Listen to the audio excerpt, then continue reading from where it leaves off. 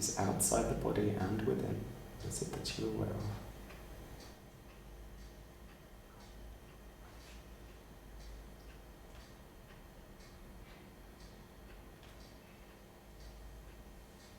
Okay, and open your eyes. Any brave souls willing to say what they were aware of?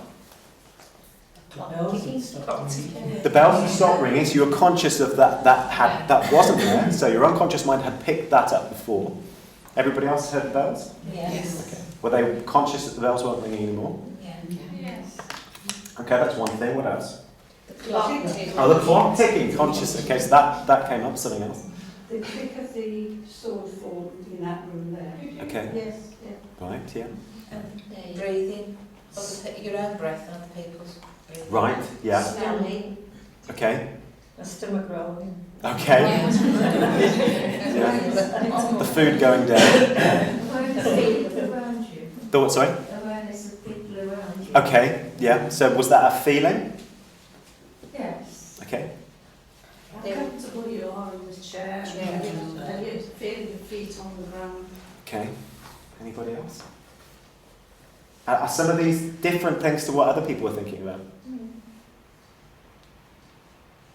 So let's say somebody else was, oh, well, I didn't hear that. I mean, it's fair enough that what you picked up there, I wasn't aware of that. I wasn't conscious of that. But actually, if I was made aware of it beforehand, can you hear the noise in the other room? That would have given my unconscious the torchlight to seek it out, to focus on it, to find it. Is there anything else that people were aware of? Like thoughts. Sorry? Thoughts. Thoughts? Yes. Okay. Any thoughts that you'd like to share? Yeah, what I was going to do with my grandsons when I left here. Okay. I was talking to them. I was running with them, which I can't physically run, but I run in my mind anyhow and Right. skip those thoughts that I can't do in the physical. And I was just talking to them and playing with them. Okay. Yeah, visualise their faces and whatever. Okay. Thank you. Anybody else? Good. Yeah, go on. Getting back for 5:30. Yeah, absolutely. Got to get back at 5:30. How long is this going on for? 25 minutes. Okay. Conscious of my face on the floor. Right. Yes. I think you said that one, didn't you? Yeah. Okay. And hard to see his face. Yeah, I know. Well, you are allowed to do that. And yeah, you could move if you want. Keep moving like as if it was just sit in your coat. There you go. So there are different things that people were conscious of. When I was doing it myself, I've done this a number of times, so I started to think, okay, and I turned my attention to the blood pumping through my right earlobe, and then it going into my big toe, and then there was a certain amount of lack of stillness, even though I'm pretty confident right now. It's probably I'm running a slight, tiny bit of nervousness, but nothing more than I used to have. I used to suffer from all different types of paranoia and terrible anxiety attacks. So I was aware of that, and there was a slight tightness here, very slight, probably a 1 out of 10. There was a slight bit of sweating in my fingers, I noticed down here. There's lots of little points, lots of little things. So our unconscious mind, so let's say we're pretty much sure now that conscious mind can only do a few things. So unconscious mind, how many things can your unconscious mind do a second? Oh. Quite a few, yeah? Yeah. Well, it can do probably millions or billions a second.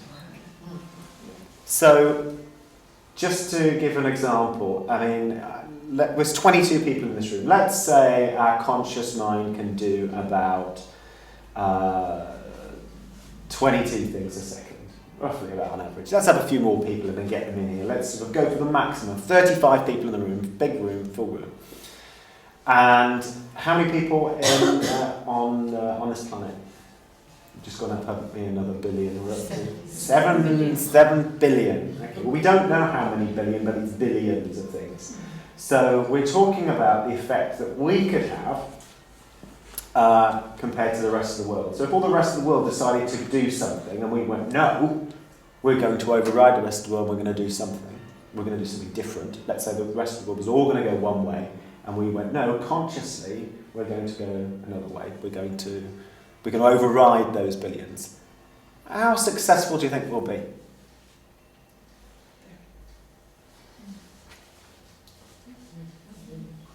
Not that successful, really.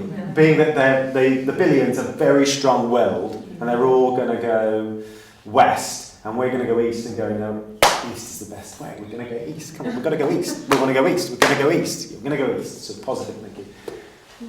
And the billions are going, no, we're going west. No, we're going west. But we want to go east. We want to go east. No, we're going west. And that's when we're being positive about something. We become very aware of what our unconscious is doing for us. We're going one direction. And we go, no, I've got to think positive. Got to think positive. How many people have done this? Got to think positive. Can't think positive. And then unconscious mind goes, no chance, we're doing this. Happen to everybody? Pretty much happen to everybody. I should think it's happened to everybody, unless everybody's able to override the unconscious. You can get into things like mantras, and you can do lots of affirmations, and they really do work over periods of time. They really do work. As do things like NLP, EFT, hypnosis.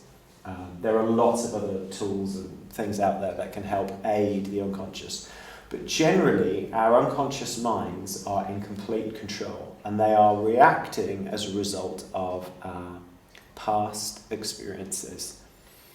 They're reacting to our environments, the environments that we grew up in, right from womb, right even possibly from conception, possibly past lives if you agree with that, to coming out of womb, blah, oh, here's parents, oh right, okay, so they've looked at these giants, and these giants tell us what to do, and we need to do this and that and the other way, and we learn what is the acceptable way to do things and what's right and wrong.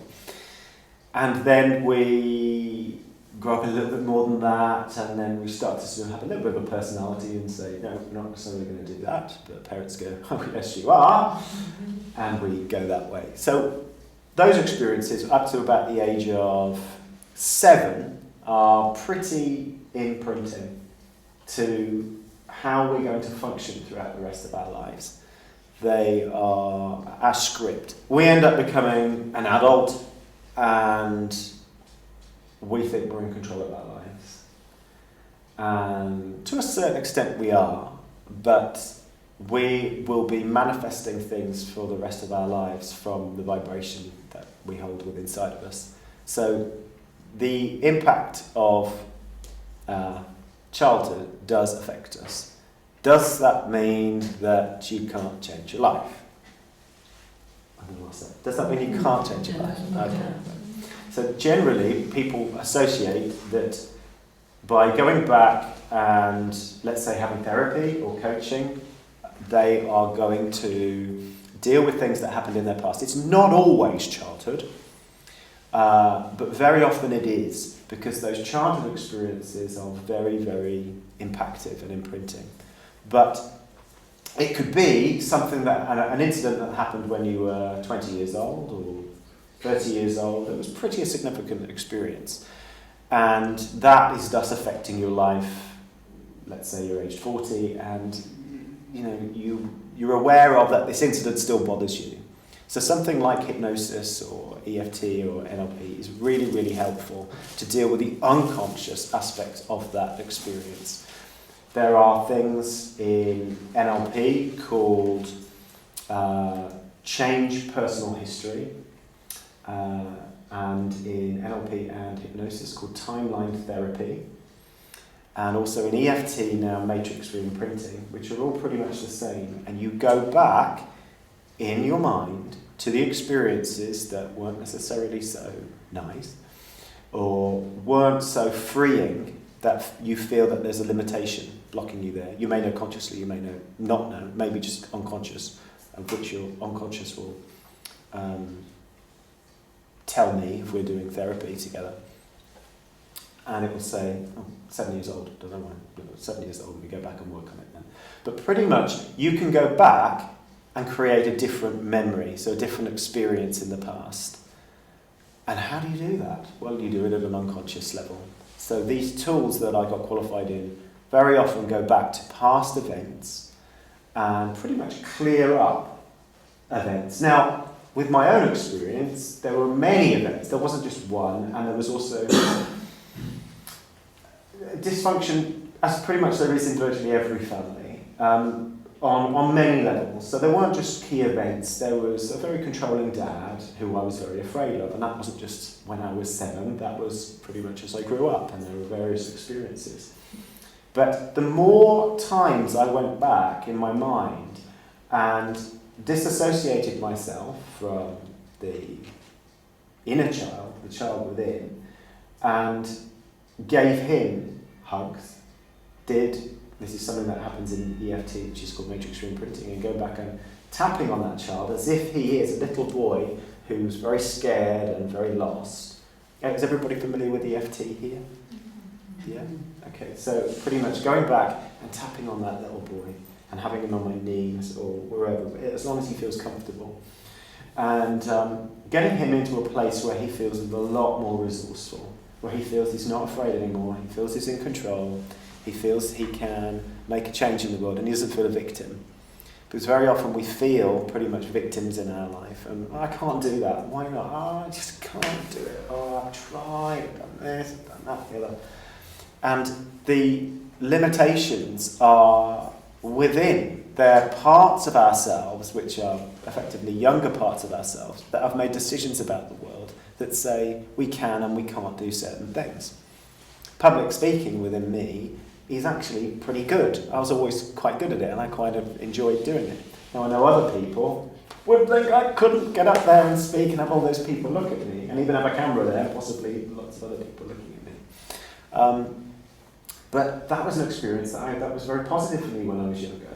I was a very good athlete, and I got lots of praise in assembly. I remember a few times by Daniel Hill, exceptional athlete. I even remember there was a teacher called Marky Davis who said, Daniel Hill running the cross country is like poetry in motion. That was I was there in the audience, and there was I was there in the assembly, and suddenly I got all this sort of but love and respect and admiration. Now those experiences, just in the same way as negative experiences create beliefs, they're impactive. And it was a very, very powerful experience for me, because then I walked out of the assembly and my head was a little bit higher, and the art teacher called me Pim. Pim, what you talking about? Poetry in motion. I remember his name, and all these, my nickname started to become Pim. And I thought, no, I'm going to turn this around to the positive, and and then it started to sort of work that way, and ever since then, I didn't really have a problem with public speaking. I could still get anxious, but actually, it wasn't anxiety, it was excitement. It was a bit like going on a roller coaster. I know that I'm not in complete control, but I'm going to enjoy the ride anyway. So it's rather like doing this, and I haven't really made many notes. I might have to regret that, but I like it to flow like a roller coaster, and it's exciting because it can go from one area to the next, and let's see where it goes. But beliefs, which is what we're dealing with, are, from the world of NLP, generalizations, distortions, and deletions. So, imagine me, I think I was in middle school, I think I was in year 7, although we called it the 3rd year. I remember I was in this Storers class. Amazing, my mind can remember this stuff. But that experience that I had, very, very positive experience. So from that experience, I generalised. I generalised that by being around lots of people and being in control on some level, and being able to engage with people was a very positive experience. So I generalised that.